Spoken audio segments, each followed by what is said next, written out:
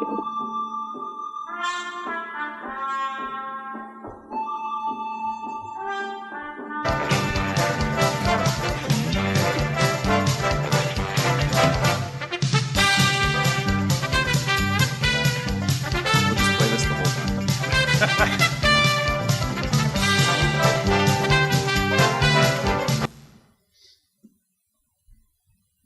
everybody doing?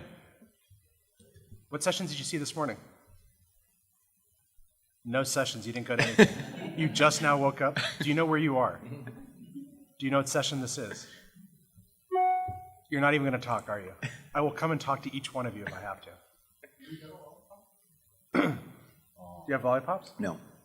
It's a metaphor.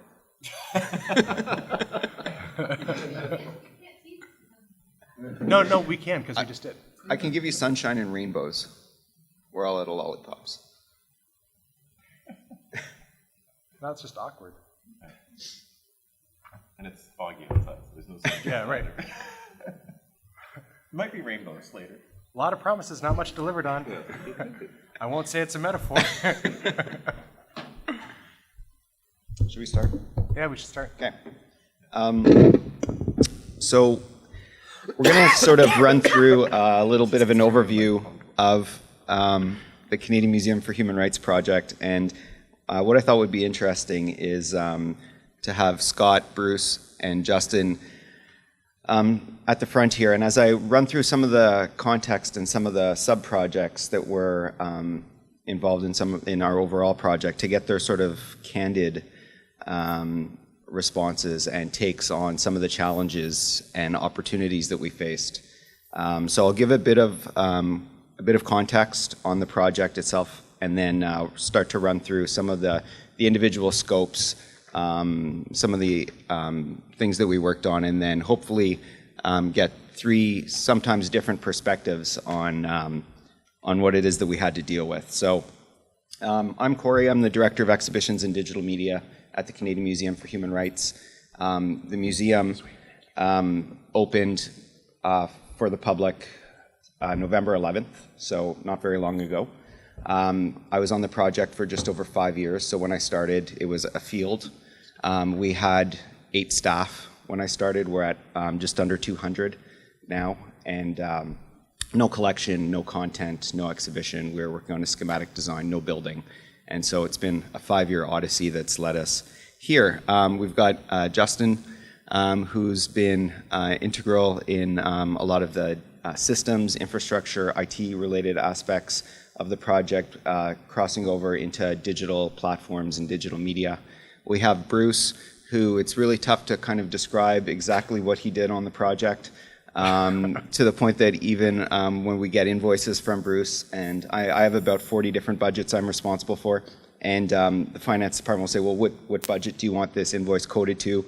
And the answer is basically all of them. So Bruce really kind of acted as a key hub between our AV integrator, our 9 different media production companies, our in-house teams, our IT department, interacted with our exhibit fabricator, so on and so forth. So a real sort of key pivot.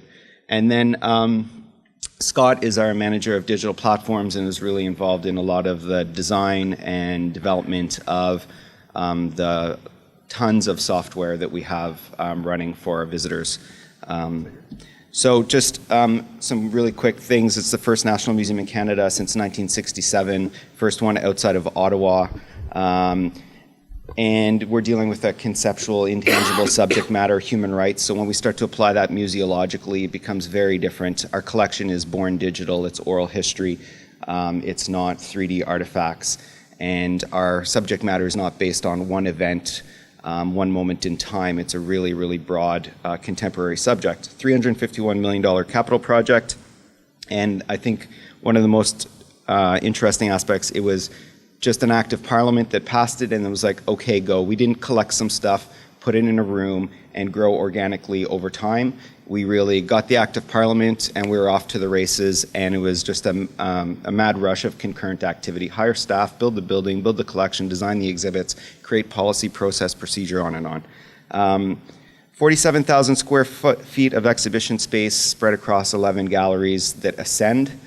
through a series of ramps. So it makes a really unique sort of visitor journey, as well as visitors typically walk about 1 kilometer upwards.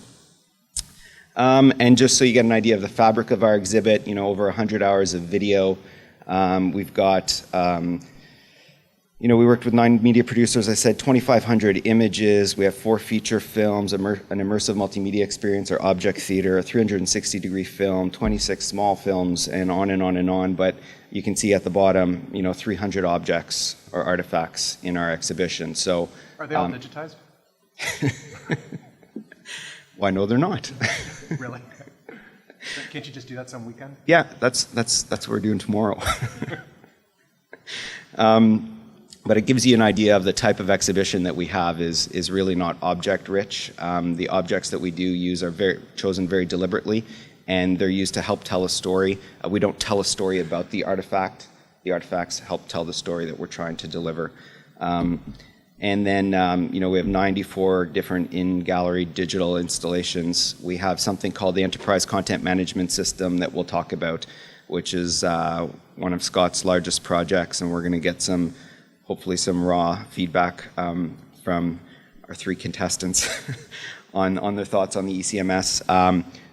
We did our enterprise website, a mobile app, and we had a huge focus on inclusive design and accessibility, where we did 2 different product creations, a universal keypad, universal access points, and spent a lot of time paying close attention to fonts, accessibility of media, digital access, and interface, and ergonomics, and environmental accommodations.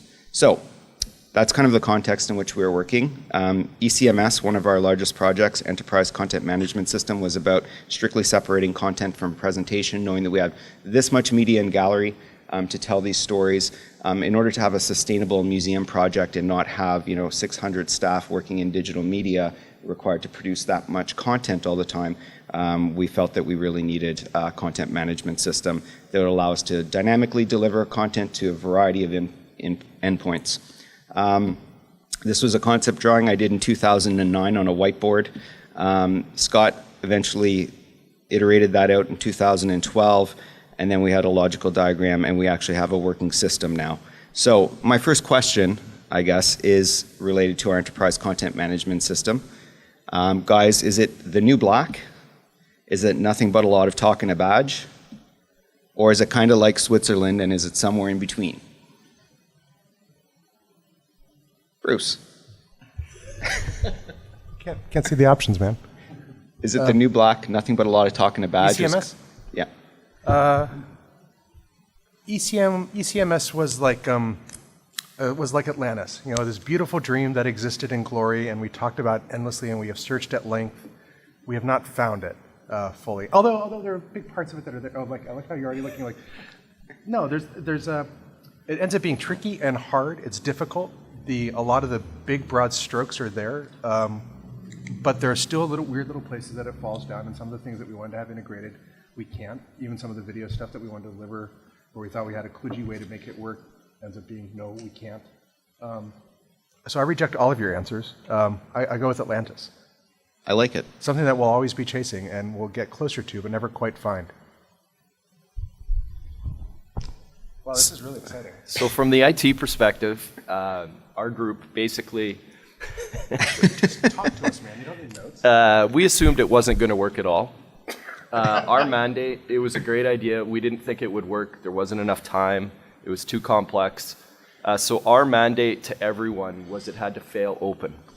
So that means the IT can fail, the network could fail, ECMS could fail, but exhibits would continue to run. And everyone followed that one mandate, and it took a lot of pressure. So I'm calling it the new black. It worked. Well, it didn't fail. This is a great format. Scott, you got something? Well, I think ECMS is really, it's not just a thing, right? It's a philosophy. This whole store something once and reference it often.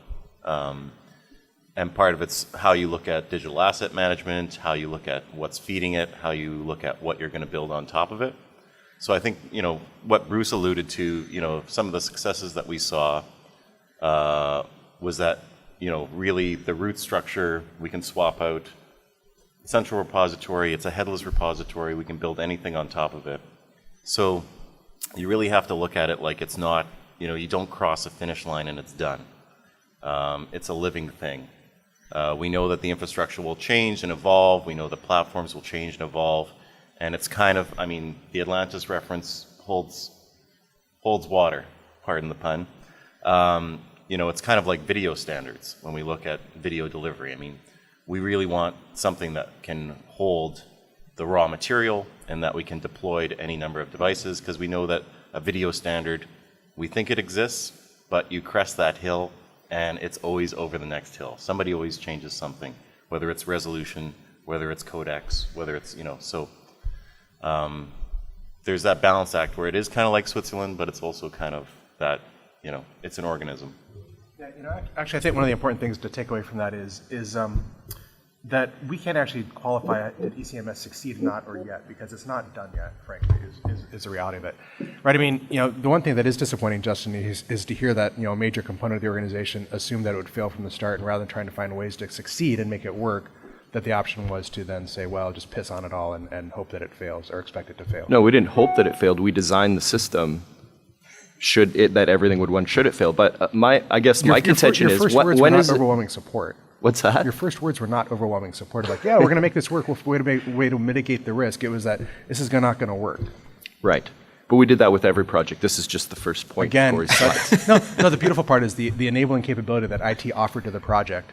We were asked to argue. This is a red herring, though, Bruce. How can it ever be done? I actually agree with that. I think the real fault, and actually why we don't know ECMS if it fully works, is because, and this is actually the part that we need to know in the project, is a lot of the deliverables that would have tested out the experience, and I'll actually give credit to IT for this, is that in every instance we tried to figure out, we know some of the things that we were planning for, we can't know until we actually put them to the test if they're going to work or not. Right. And almost all of the exhibitions came in later and cycled through for a variety of reasons that actually aren't bad reasons. They're a legitimate part of the process, that we weren't able to start really pressure testing the system and how it was working and where it was going to fail until very late in the project, at which point we were well consumed with other things of just getting the building open, right? Right, So, and you're talking tech, when it's the meetings with the executive, the board, and the project directors, when they knew we had a mitigation in place from day one, that took a lot of pressure off all the teams. That's what that point is. yeah. So, a little bit of argument there, but it sounds like you guys all kind of agreed on No, we love each other, man. noble pursuit, not quite finished. But and will never be will finished. Never be finished. Yeah. And a series of compromises led us to where we were. And my thought was, it's a long road and we're still chasing our ambition. Question? Yeah, for sure. Nope.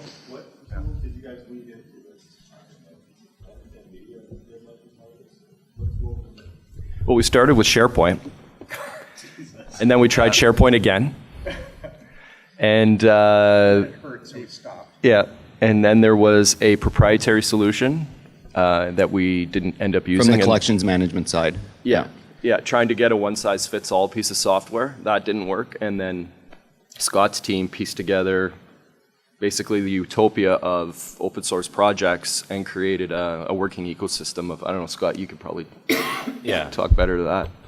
So I guess, our experience with a lot of overpromised and underdelivered proprietary software led us to really look at for sustainability and for open development to go open source. So we use Alfresco, which is an open source digital repository. We use for our archives, libraries, and art and objects. We use collective access for art and objects. We use IC Atom for our archives. We use Koha for libraries.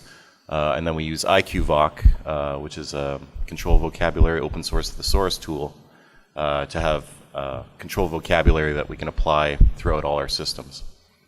So what that's allowed us to do is ensure that we can have a large development pool, whether it's using external contractors or using our internal team. And basically we can, by leveraging the ECMS in this method, all the APIs that we build on top of it can go to any endpoint. So the mobile app is treated as an exhibit, exhibits are treated as exhibits, the website is treated as an exhibit. So the ECMS can feed material to all of those endpoints.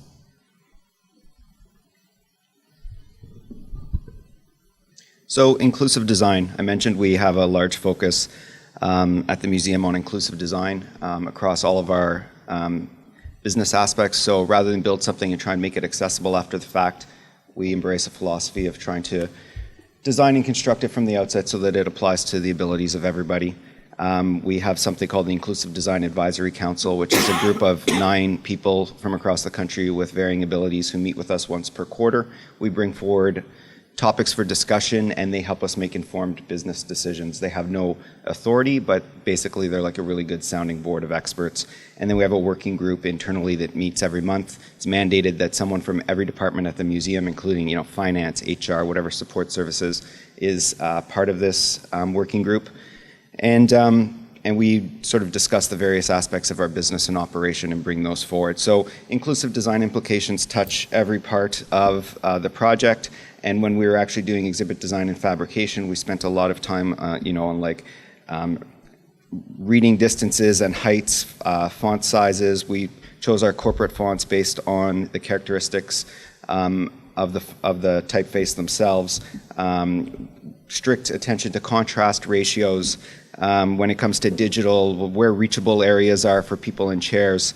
And we just basically developed a series of standards when it comes to software development, the semantics, when it comes to media presentation, having ASL, LSQ, captions in English and French, descriptive tracks, volume control, whether it's a theater or a video in a kiosk. We developed some tools such as tactile maps so that we could solicit the feedback we needed, and 3D printed models so people can understand, blind consultants could understand exactly what we were dealing with in terms of the bizarre geometry of our building. We developed universal access points and universal keypads. The universal access point is a tactile marker, has a low energy Bluetooth chip in it, and it provides a signal to our mobile app so that a blind visitor can actually have the description of an artifact or an image or printed text read aloud to them. And we worked with the Inclusive Design Research Center out of OCAD University to develop a universal keypad, which means that visitors can tab through a digital interface and access text-to-speech of any digital media, as well as Zoom functions and volume control.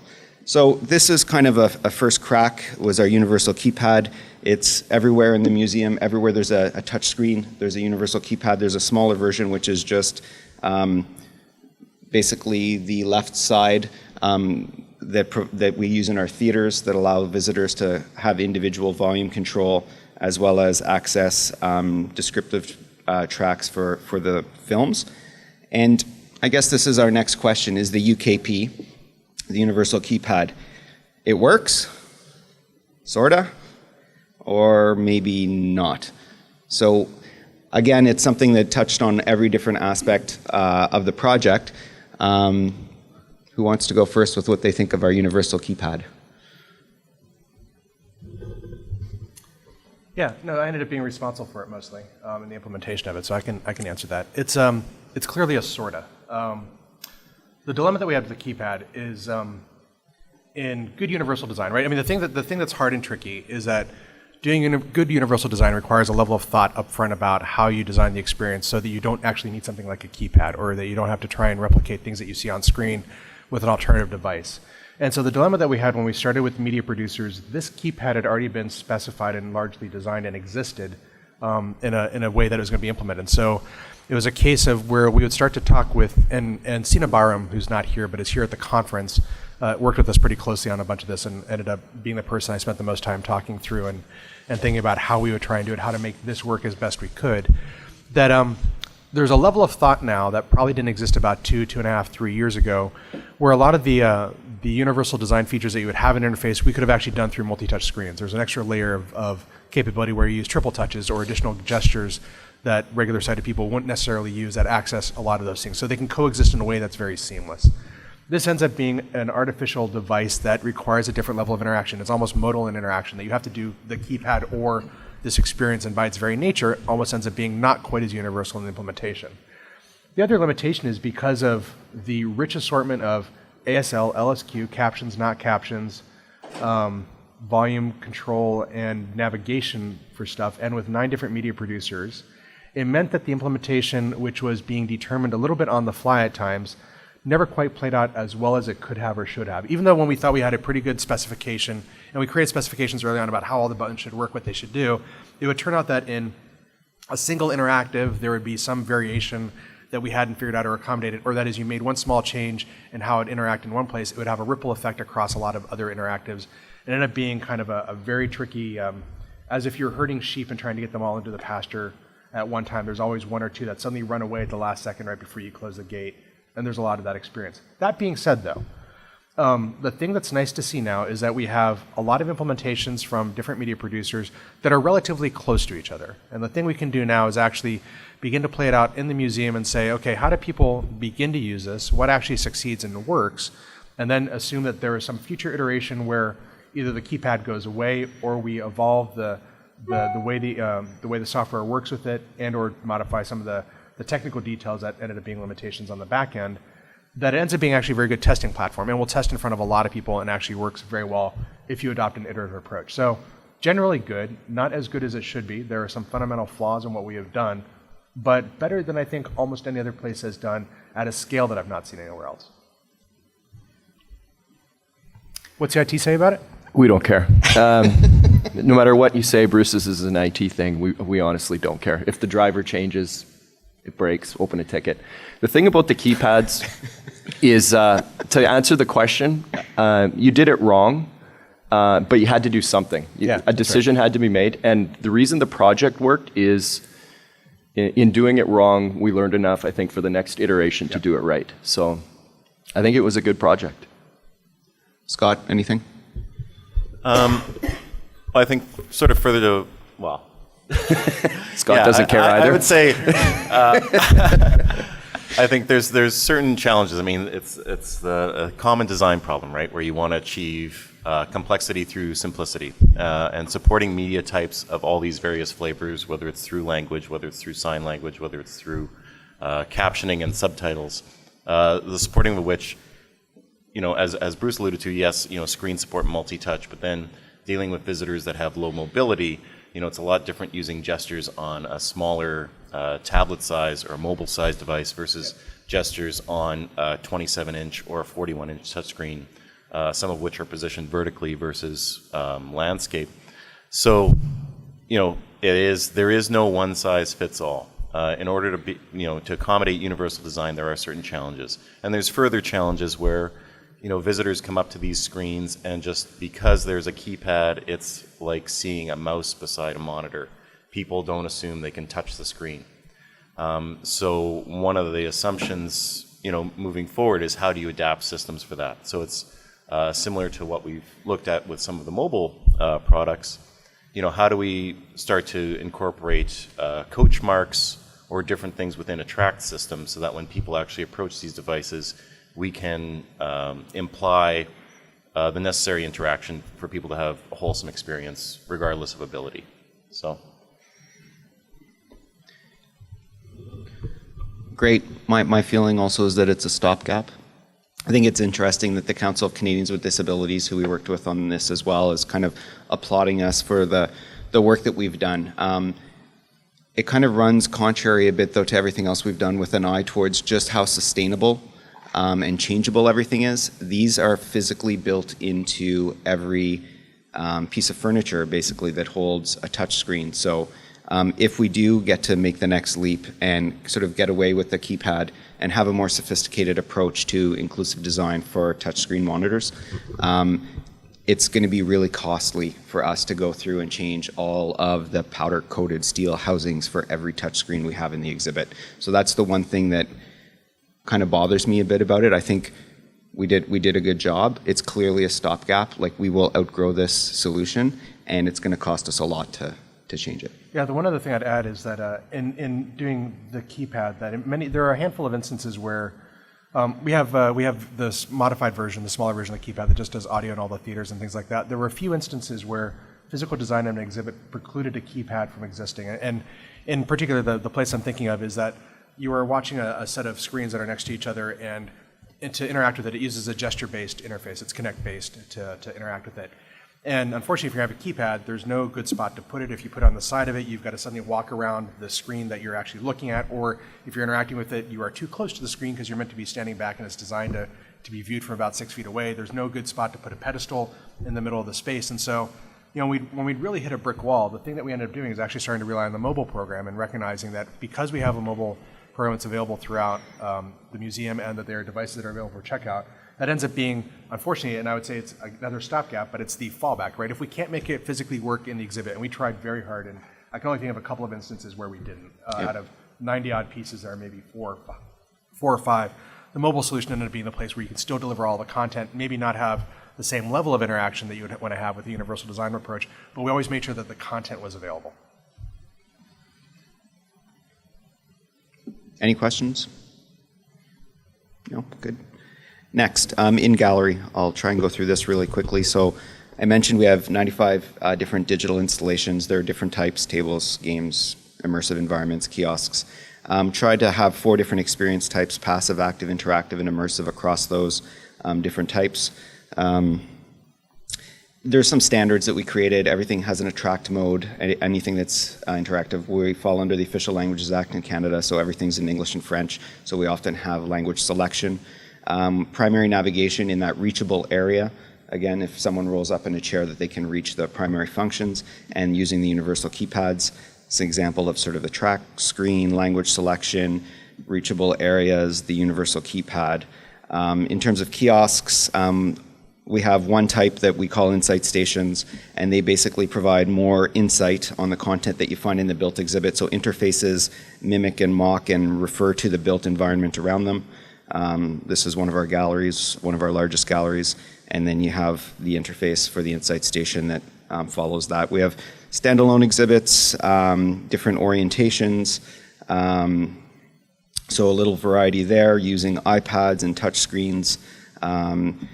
Tables, multi-person interactives. This one is a bilingual production, so everything is sort of repeated in English and French so that people with various language profiles can play the game together. A gesture-based interactive, large touch tables, so on and so forth. Immersive environments. This is a 27-meter wide object theater, 360-degree film, sort of a, I don't know what you would call this. We call it an inclusion game. This is the gesture-based piece that Bruce was just referring to. So one question I've always wanted to ask: whose idea was it to hire 9 media producers? We'll get to that. Can you skip ahead? No.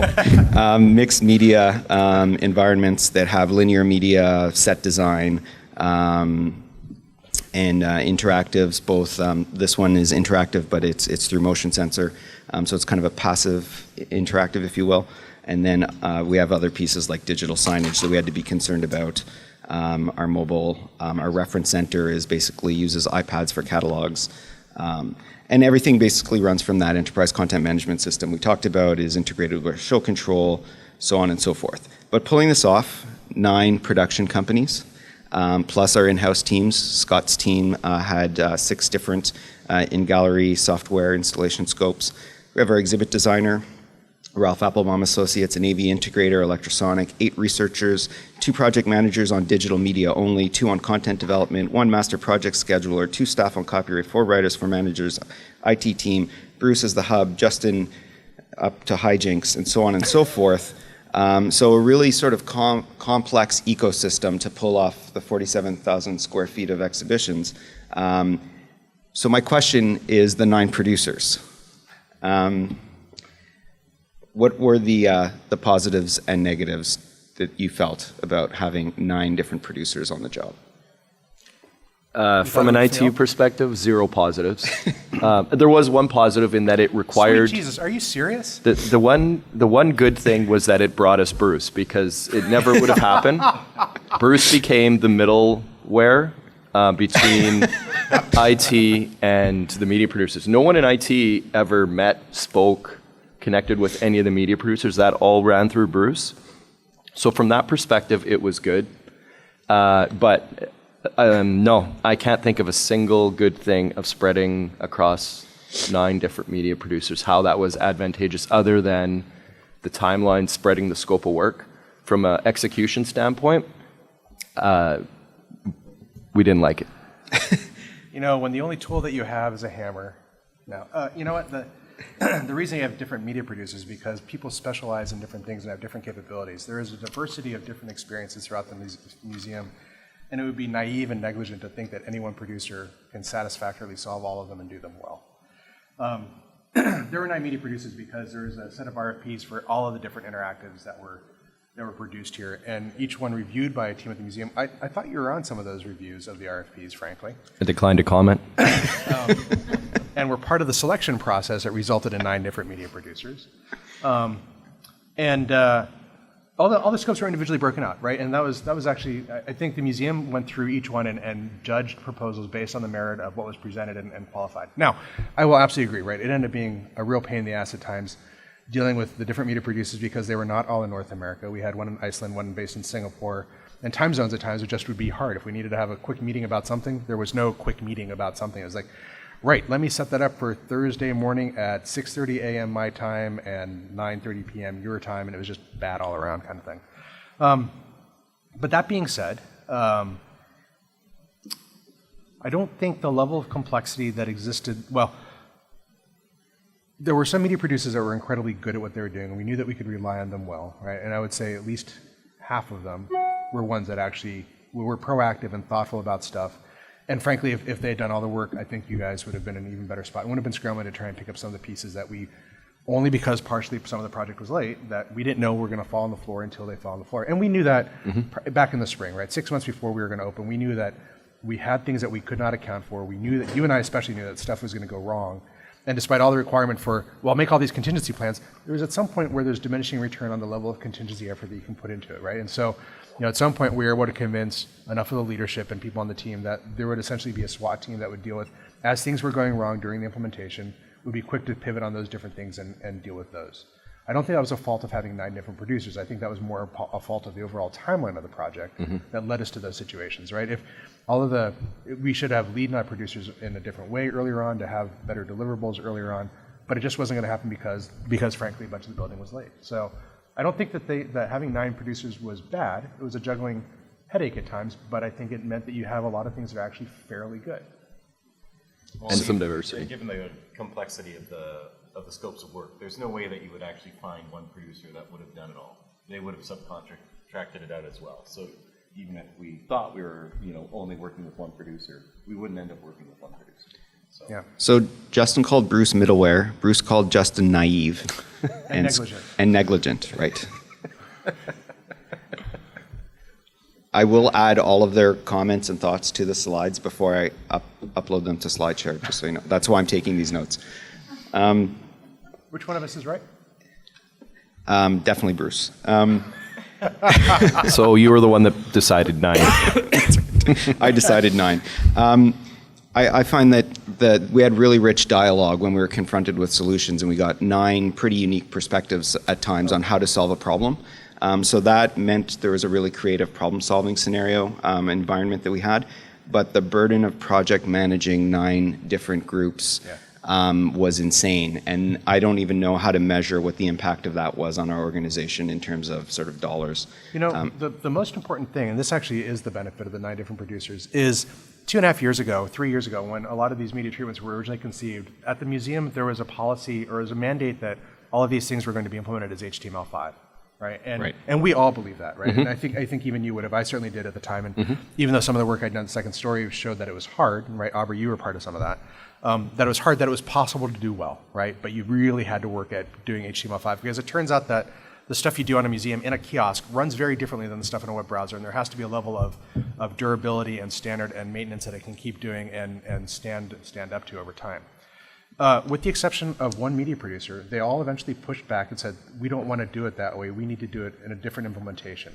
And that was the right decision every time that we greenlighted that. And in fact, the one area where we do have some problems is where things were HTML5 based, right? So the benefit of the 9 different producers is 8 of them said, we don't like your way of doing it, we want to do something different, and we were smart enough to say, okay. Yep. And that saved our ass, frankly, in a bunch of these, because it meant that things like the keypads actually did work, because it's the HTML5 ones that have some wonky stuff. Yep. And that made a big difference. So I think that actually was a huge net positive for us. that we would have been victims of our own clever thinking up front that they saved us from. Bruce is winning. I'm using more words. Project management. Any words of wisdom? From my perspective, and this is more inside the IT, but this is a tool that you guys can use when dealing with your IT department, is the idea was to assume nothing. So when you ask someone, is something done, and they say yes, they were never right. 100% of the time, it wasn't done. Literally, it never happened. So we shifted quickly to show me it being done, and then started getting dramatically different answers on the project management side.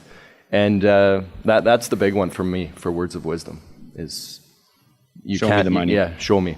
Yeah, Yeah. That's true. That was good.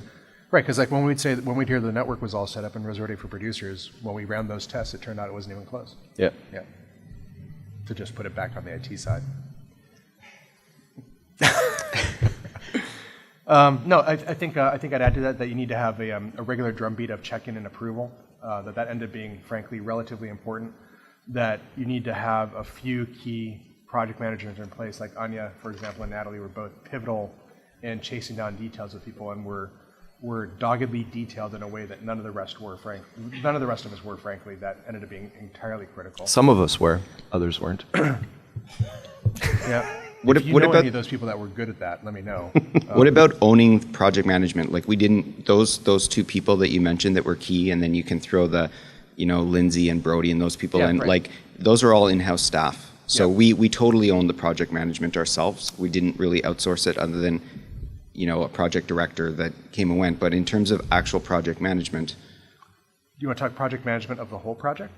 now I want to talk project management of what we're talking about right now. Of just the media components? Yeah, about in-gallery stuff. Like I think that there's a key role there in that we owned it ourselves. I think that's right, and I think that's critical, right? I don't think you could have outsourced that entirely, and that you needed to have it because they're always mindful of the internal deadlines, and frankly, a bunch of the time, because everybody was disparately located, they were able to kind of do the in-between on-ground running around in the organization to either check with you on something or run something by Scott or somebody else, and could get something done in 5 or 10 minutes, as opposed to if it had been externally managed entirely, it was hard. And I mean, and then it has a lot of institutional delay that we didn't incur in places on this. Actually, I think worked pretty well. They were pivotal for this being successful. Yep. The other thing with the media too is the other project managers had no idea how any of this worked. Even Well, that was the thing. that, Most there was a project- huge gap. Yeah. Internal Yeah, project that's true. management was completely necessary because our definition of done had an incredibly long punch list. Yep. Given the complexity of the media and the aspects of universal design, and that's where you would run into cases where you would talk to somebody and say, is this complete? Yes. And then it arrives and it's set up, but then delays in IT infrastructure, delays in connectivity, trusted versus untrusted networks. There's so many hurdles. Software not working. For example, sure. It all comes into play as you're trying to pull all strings together. The one thing I do want to say in defense of IT, and actually, to be fair, right, Justin and I have a very good friendship, and I have a lot of respect for Justin, mostly, that the IT infrastructure. Oh, you have an IT section? Yep. I'll hold off on that then. I have nothing nice to say yet then. So my kind of two takeaways were the regular, frequently scheduled meetings. Like it has to be part of a system. We had the stand-up meetings like every day for a while. It was really critical, even if it was only 15 minutes. All the PMs, big team, but just going around in the circle. And mundane agendas. We would talk about things. Yeah, they were done yesterday. They were done, done for 4 days in a row. And then suddenly on the 5th day, they were not done. And so even just talking about it and bringing it up and ensuring that it was mentioned and you went around the circle, it was amazing just what would be revealed by doing something like that. One of the things I know that Anya learned during the course of the project, and that was mostly as a result of because I kept doing it, is that the default was always, well, we'll have an hour-long meeting, and I'd be like, no, we're going to have a 20-minute meeting or 30 minutes at best, and I held to that. And then if I thought it was also getting to a lull, I would just end the meeting early, right? And that ended up being a good time saver down the road because it forced us to be disciplined about some of that stuff. Yeah. Architecture, star of the show, pain in the ass. Those are the only two options? Yep. Well, those are the two I put up there. You can say whatever you want. Atlantis. I think architecture is a red herring. Although And the benefit I have, and I don't think, Justin, you've worked on any interesting buildings like this, so that I think would explain a lot of the deficiency that we saw. The wheels on the bus go round and round, except they consistently stop on Justin. No, I had previously, I had spent 6 years as a director of technology at the Denver Art Museum, which is this weird angular building that had a lot of unusual architecture and weird spaces to work with. Aubrey was there as well. And so in dealing with this, even though the spaces are odd and unusual and interesting, it did have some implications. Like, for example, even though a screen may be 100 feet away from a particular computer that's running with, I knew from past experience, like that's actually going to be a 300 or 400 foot run, and we actually had to worry about the extension of that video signal and things like that. The architecture, for the most part, didn't end up being that bad. The places that we got a little bit of short change on, I think, was in part of the build process that more of the media program wasn't known and the requirements for that during the early stages of the architecture. So we would scramble at times for, well, where are the server rooms that we're going to try and use, and have to create some new spaces, because by that point, heat loads and airflow in the building had already been worked out, and suddenly we realized that we were going to exceed capacity in a given spot. Our running joke for a while is, well, it's Winnipeg, so we can just prop a door open and it'll be sub-zero in a few minutes. But that ended up being a level of complexity. But I think once we knew those things, and we were constantly vigilant then and looking for them, that the building ended up not being that big of an issue, frankly, at least from my point of view. The issue came from the architecture, also because the design kept changing. Yeah, right. We set, Yep. you see the building, we have conduit inside concrete, and that's where that data drop's going to go. There is no other option. So those rooms were designed 5 years ago. We built that. That's right. And then the design changed for another 4.5 years. Yes, that made things hard. Pain in the ass. Yeah. The cabling is what it is. It'll never change. And so I considered it a diva. Like it was both. Star of the show. This sort of weird geometric space we're operating in presents amazing opportunities for on-site experience that you just wouldn't get anywhere else. Totally unique experiences, but is actually a pain in the ass to work with. Just shapes, spaces, coming up a ramp and having to turn 180 degrees to come back into the gallery. How does that affect the visitor, especially when in a wheelchair? Or, it was almost like a sort of, you had to have this shift, this cognitive shift, to see things as opportunities instead of constraints. So anyone who came onto the project at the outset invariably saw this as like a really beautiful sculpture that we were trying to squeeze a museum into. And at some point, though, you can see the people who got it really started to see this as an amazing opportunity of how we can project, present, and create exhibitions in this space. But so I went diva. Scott, did you have anything? Yeah, I would just say, in a lot of ways, the building. Thanks, Bruce.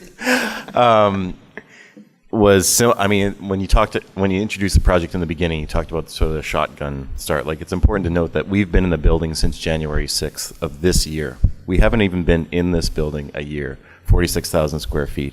So when we talk about how like IT was impacted or software was impacted, where infrastructure couldn't be in place or was still being fabricated while the exhibits are going in, while the design is still changing, while content is still changing, while policy is being set into place. So a lot of times you'd run into these scenarios where, things would be backed up because, IT would suffer because they were always the last one out of the gate, or software would suffer because we were still waiting for content, and we've designed all this infrastructure, and then content models change, or, and we're designing digital experiences within a physical space that we didn't have access to at certain points.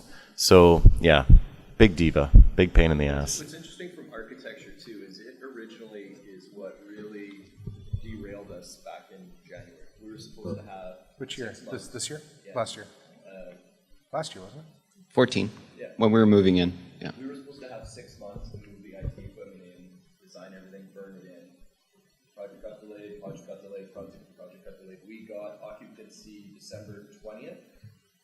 And at that point, another shotgun went off, and we had until January 1st to fit up the entire building for IT over the Christmas break. And we were chasing from that. We still haven't caught up. It just takes 6 months to do it properly. As opposed to the 3 weeks that you had. Not even 2 weeks that you had. 2 weeks. Infrastructure. bleeding edge or bleeding heart? Yeah, right. So this is the part that I was going to say earlier, is that infrastructure is a pain in the ass a lot of the times for practical limitations in the building or differences in philosophy. This is the spot where I'll actually defend Justin pretty hard and the IT team in general, that there's a set of requirements, this being a federal project in Canada, about where data lives, how it needs to be segregated, the accessibility of different devices on the network to be able to get to other parts of content that are regulated beyond anything I've seen in the States, frankly, even in federal projects in the States. And so I think for the IT department, what a lot of other people didn't realize, we could certainly talk about the barriers that were in place, but they were dealing with a very practical, hard problem of what couldn't be done based on federal legislation and real requirements that you had to meet that, frankly, for the rest of us, we're in conflict with us just trying to get stuff done. I think the reason, and I'll qualify overall the project as a general success, is because at some point, Justin and I were able to step away from the roles that we were supposed to play and figure out where the common middle ground was. And we were able to kind of keep almost everybody outside of that process, right? That at some point, we both knew where we were going to, we knew early on that at some point we were going to yell at each other, and I made sure that that happened, frankly. That there were places that we weren't going to be happy with the outcomes, and that between the two of us, we were always going to keep it as a gentleman's agreement and say, okay, we'll keep track of where we're going to compromise because we need to fix them at some point down the road. And I think that's the only reason where we were able to say, like, hey, as we were going through the installation process over the last 2 months with the media producers, that where we needed a bunch of network access that should not have been there, we could make it so for the duration of the installation, right?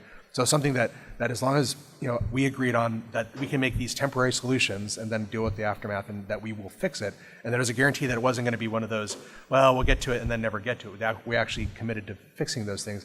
Then it became possible to surmount those things, right? And so I think the infrastructure is incredibly good at the museum. It's one of the best that I've seen in the world for a museum, with extraordinary capacity. It's well done. It's thoughtful.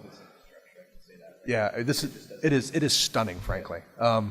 And frankly, most of it runs well for the most part, most every day. There are the problems that are there, but they're no worse than the problems that we encountered on the software side, right? I mean, I think those actually go hand in hand, and the places that we find that were problems, generally we had pretty quick turnaround and stuff, or I could just talk to Justin and we would figure out, like, hey, this is the problem that we're encountering. How do we change our process right now to deal with that better? So from my perspective, this went exceedingly well. Most projects don't go this well. And speaking with my IT hat on for you guys, is the generalization of it went generally well. What does that mean? We think it went exceedingly well. We're asking for specifics. What does it work? And all we get back is it's generally working. There's a few problems here and there. Well, what are they? Where are they? Frequently, they would be specified. I know, but this is our. Do you mean right now? Like when I say generally well? Yeah. Right. Like why is it not exceedingly well? Right, because if I had a producer that came in, and even though we had a litany of promises of what we were going to deliver to every producer when they came on site, that you were a part of, consistently failed on meeting those promises. Whether it be that. Generalization. Give me a very specific. Sure, when North Shore comes in and they plug in networking cable and they find out that IP addresses haven't been assigned to a device, which happened over and over and over, that's frustrating and slows down the installation process. That happened more than once. You and I talked about it. Right. We even had a mitigation process of how to do that and how to do that differently and better. That got better over time, but we'd still stumble up until the very last day of the opening. That we'd still have people that were down in L2, Z3 that were supposed to have devices that were on a network that simply couldn't be seen, even though we'd given you a spreadsheet a year ago of what devices were going to be in each particular exhibit, identified every subnet that was going to be there, that you guys never looked at. This is all tier 1 stuff, though. This is stuff we fix within a matter of minutes. I'm talking. Sweet Jesus, if by matter of minutes you mean months, then yes. No, but this is part of the frustration. The design yes, we thought so. With IT, at one point it's a pragmatic approach. They're going to show up when they show up because Bruce wouldn't share the schedule. He shared it. So our decision was. Was there a schedule that was available? Oh, right, because you guys didn't know how to open Google Docs where the schedule was. That's right. Anyways, Bruce's schedule. The frustration for IT and where we push back to you guys is, I don't want to mitigate that. It's the rats are eating the money. It's a stupid problem to have, but it's still a problem. Yeah, that's right. But it is so far down of us. Yeah, like we're cutting over Exchange. And Bruce is complaining about IP address. Like we just cut over Exchange on a Saturday. It's unheard of. Like hugely complex. Right, but you recognize that we're trying to open for the public, and that's who we're trying to serve. We didn't say, hey, do your mail thingy in the middle of the install. Who the fuck would think of that? Let's dance, baby. Going back to it. Having overseen exchange administration stuff on my end as well, we'd plot it out months in advance. We would figure out the time that we'd have the least impact on people. We'd test stuff out ahead of time. We would never do it on a weekend during an install 3 weeks before the museum was going to open. When would you have done it? Much, much earlier. Or I would have waited well until after this critical phase of the installation. You know, the thing that we have been working for 5 years for, it's okay to wait another 3 weeks on your exchange installation. And do it while we're open. Now, Sure, because every other museum does it when they're open. my point is we have zero failed projects in IT. We have some tier 1 nuances that frustrate. We use failure differently. We had zero failed projects. Frankly, How'd that web server work out for you when you guys rolled it out? Okay, we're going to move on. We're going to move on. So let's talk about the orphan that nobody wanted or loves. Wait, did you answer either question? No, I didn't. I didn't actually answer that one. I think our infrastructure is Bleeding edge, for sure. it's bleeding edge. It's like a great pile of Lego. Like we'll be able to adapt and change it and manipulate it over time. And we're way overcommitted on our infrastructure. Like we can grow and grow and grow. So Yeah, and I've talked to some of the art museum directors, and my question was for their room where they fix the paintings, how do you decide what equipment to buy from that team? And they say you buy the best available at the time, bar none. That was the approach we took from IT. There was no compromises, so you will literally be able to do anything you want for probably 20 years. What was the networking budget for this project? Find a comment. How many Cisco 3700 switches do you have in the building? 3750s. Yeah. 150. Okay. How many floors do you have? 8? 150 switches for 8 floors? Big, beefy, expensive switches. And one in an exhibit, too. Table. Slide. onto the orphan that nobody wanted or loves. The donor wall. Is this just my hang up? Should I just get over it? Or should we burn it down? Mike, this one might be important to you. Donor wall. Fuck. The donor wall was hard because it was right, there are politics around it which made it insidiously stupid and unexpected and hard to deal with. That the Canadian Museum for Human Rights is funded by an external organization, the Friends of the Canadian Museum for Human Rights, your foundation essentially. And Over $150 million of private money went into the fantastic, capital right? project. I mean, critical to the success of the project. And the donor wall is, from the museum's point of view, a Friends project, even though the donor wall is inside the museum and was using the AV fabricators and was being managed by some of the internal team to be implemented in the museum. So at any time as we were trying to plan for how the donor wall would get done and the process for evolving it, as we try and work with the museum would say, well, we're working on this opening thing, we don't care about the donor wall. And so you'd end up with no feedback on the critical bit of architecture that's going to be in your lobby that actually celebrates the people that gave $150 million for the project. So it ended up being this real bastard stepchild of a project that few people could manage and negotiate. And yes, we got something in there, but nobody seems to love it. Nobody seems to want to care about it. It works okay. It's in terms of the experience, it's fine. It's nothing amazing, and then I think we all see it as a lost opportunity.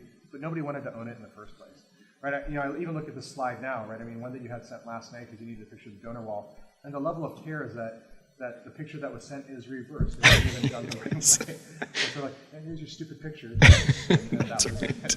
So. That was Brian who sent me that IT photo, just so you know. Justin? Yeah, everybody had to get over themselves. This was stupid. We were caught in the middle. Yeah, everybody was caught in the middle. It was a political theater of war every meeting. And the one thing a skill that this really helped me develop was moving right up and down the stack, from the executive to people that have donated millions of dollars, right down to the Bruces of the world. The things upon which other things are built. Yeah. And what is the right decision right now? I don't care what the donor wall should have been, what it almost was. Yeah, right. What is the right decision that needs to be made right now? And it really, I started using that across other meetings because people bring a lot of baggage into these things, and it really changed the tune of a lot of the donor wall meetings. And from that, I thank you for that. But yeah, it was just comical. Scott? Well, I think one of the things that Bruce said is, like, it was a lost opportunity, but I mean, the thing to keep in mind is that it's programmable. So, I mean, the reality is it was 150 million and they're still donating, right? There's still going to be donors. So I think, like in a lot of these things, same with universal design, same with other aspects of the project, like, they're not challenges, they are opportunities, and it doesn't stop now that we're open. Oh my God, We you're can Canadian. I am. So, I mean, this isn't something that we wanted to deal with because we were so focused on the exhibits, but at the same time, these are the people that are paying for the exhibits. Like, we have to keep that in mind. So, it's getting over it. Like, yeah, we don't like it. It's not what we wanted. It's not what anybody wanted, but now it's up to us to fix it. The thing with the donor wall too, I think that really collectively burned your asses on the design side is you do not like getting a tool and being told make this work. And that's what happened here. Here are your screens, make it work. Yeah. That's exactly what happened. Yeah, but I think that's okay. And that's kind of what Scott's saying, right? Like, the time will come, you'll be able to use that tool. It's not the right way, but it can be done. Okay, last slide, and we're just about out of time. So the intangible. What's your intangible takeaway?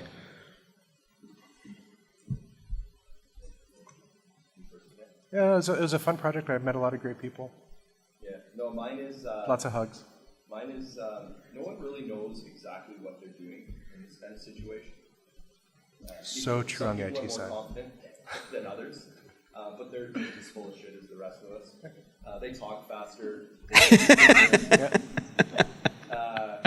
Somebody has to instill confidence somehow in the project, right, when it's all going to shit. So. What the intangible for us was somebody had to make the wrong decision a lot of times. And I was happy to do that. Because there was a lot of talented people that could then convert it to the right decision. Where we hit significant delays and major infighting was when no decision was made. Yeah.